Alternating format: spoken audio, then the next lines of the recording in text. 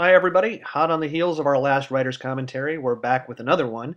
This one covering the Batman Beyond portion of DC Comics' Batman Beyond Unlimited, printed in issue number 11. We're going behind the scenes to talk about what went into the making of the comic. If you haven't read the issue yet, it's about to be spoiled for you, so pause this and check out the comic, either in print or in digital form.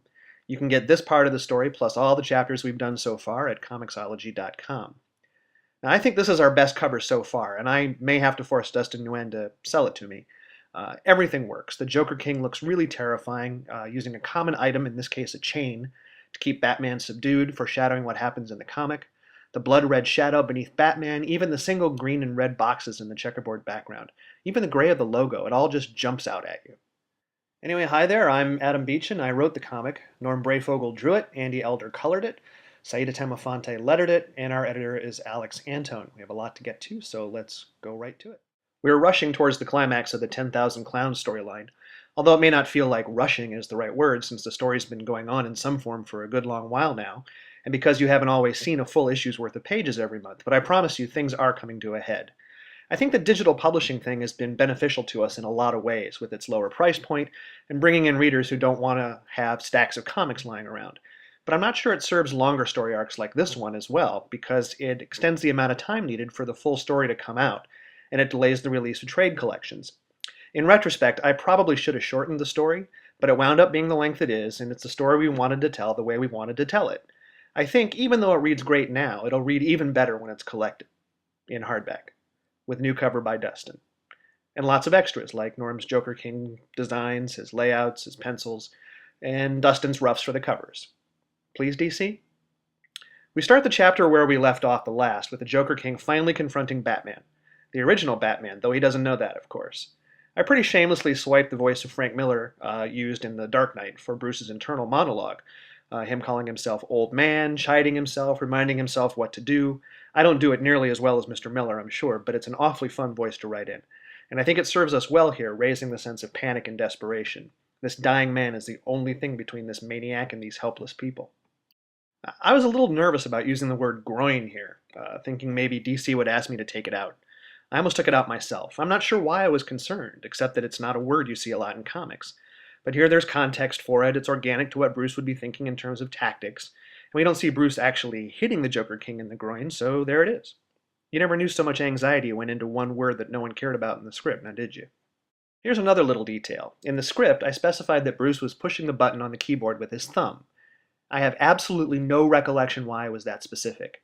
When the rough pencils came back, I thought Bruce's pose was odd, and I asked Norm about it, and he said, rightly, that he had just drawn it the way it was written, and assumed I had a reason for it.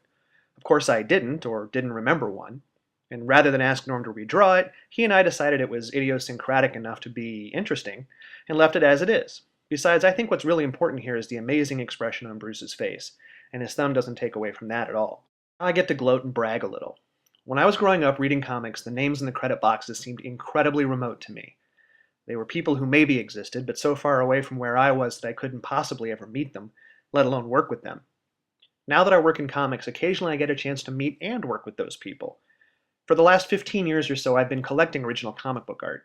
I don't collect to sell later. I try to find stuff from favorite artists, or a page from a comic that really means something to me, or something featuring a favorite character. It blows my mind to hang these things on my walls, look at them, and know that I have the actual page a favorite artist of mine worked on, and that I loved when it saw print. And since I've been writing comics, I've tried to get at least one page of art from every run I've done. I'm not going to be in comics forever, and I want as much proof as I can that I was here, I suppose. Anyway, Norms was one of those names that always seemed remote to me when I was strictly a fan. This incredibly popular artist who worked for a long, long time on a character and became a legend forever associated with Batman. When Jim Chadwick, our editor at the time, called me up and asked what I thought of Norm as a possible artist for the Batman Beyond series, it took me less than a second to jump at the idea, mostly as a fan, but certainly as a professional. Next thing I knew, I was trading emails with Norm Breyfogle, who, it turns out, really does exist. And as our collaboration went along, I kept my eye out for a page I could ask him about purchasing, something to commemorate our run for me. I wanted something iconic, something that really expressed the character, something cool. So when I saw the pencils and inks for this page, after I collected my senses, I wrote Norm a note asking him to hang on to this page because I thought I might want to buy it from him. As a sidebar, in case you don't know, most artists sell their work privately or through dealers as a nice second source of income. With many artists switching to working digitally on computers for the sake of speed and efficiency, the original art market is starting to shrink.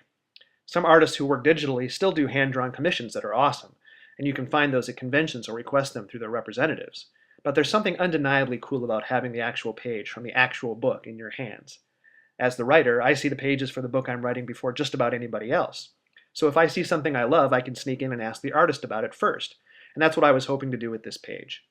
Having put in my request, I kept on working, pushing forward with scripts for the book, and then a couple weeks later, look what showed up on my doorstep as an early Christmas gift, signed to me and everything. How awesome is that? I love comics. Thanks, Norm.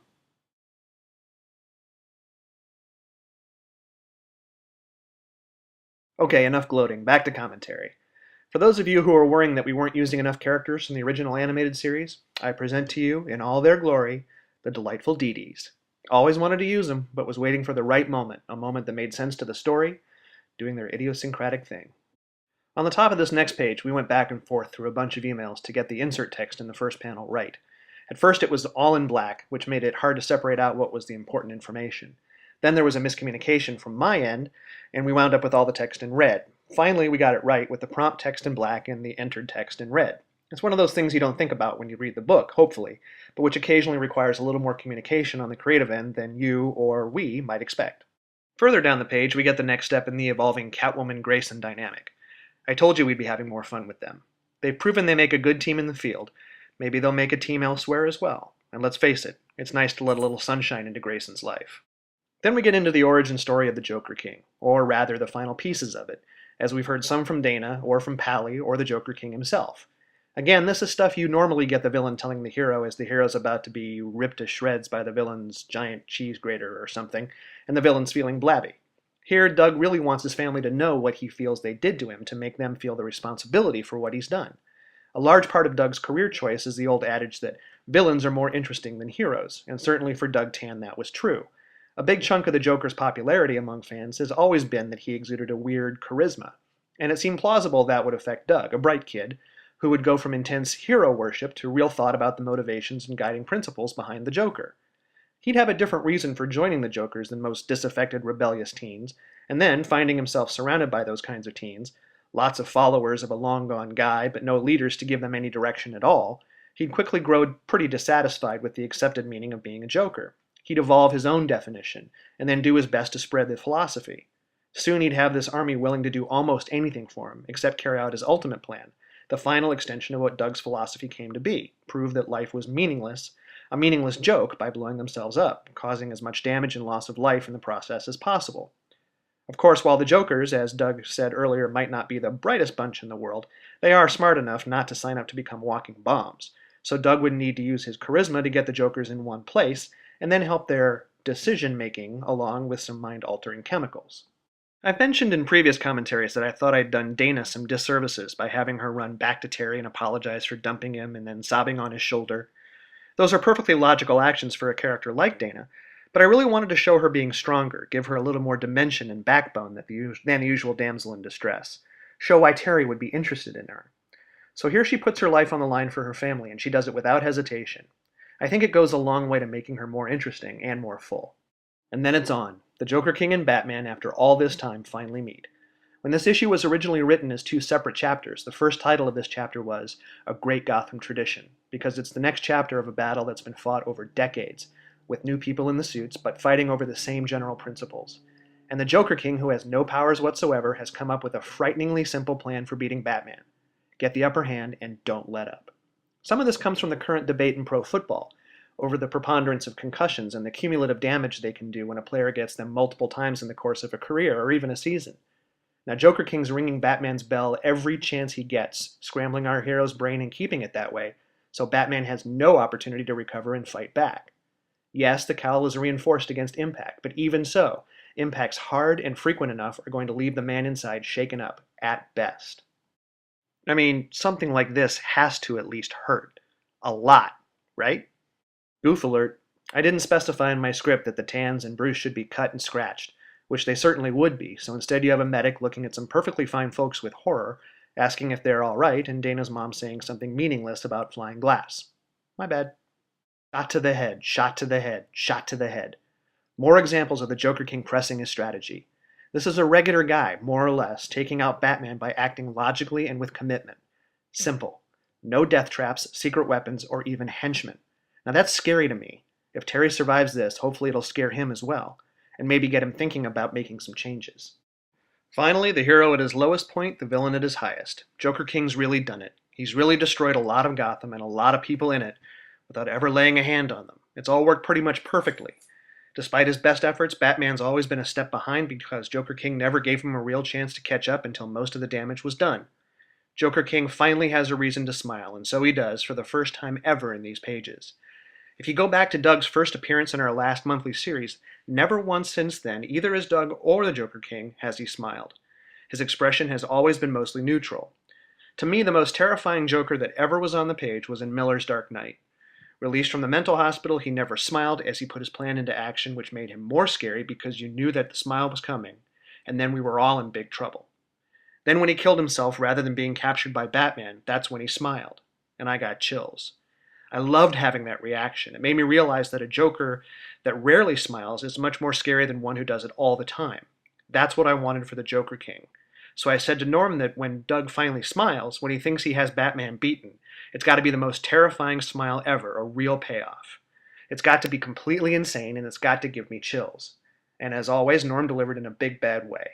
Doug's transformation into the Joker King is, at long last, complete. And also, at long, long last, we're ready for the last act of 10,000 Clowns. Okay, did I talk enough? I think so. I must have. That's about all for now. I just wanted to say thank you again for checking out these commentaries, and thanks for checking out the book. We hope you're telling your friends about it. All the other commentaries that I've done for this title are elsewhere on this site, the Wayne Incorporated channel here at YouTube. So I hope you'll check those out if you've missed any. If you have any questions or comments about the comic, you're welcome to write to batmanbeyondcommentary@gmail.com. We'll have the address up here in just a second. That's all for 2012, which is when I'm recording this. We'll see you in 2013. I'll be back with more commentary as the new issues come out.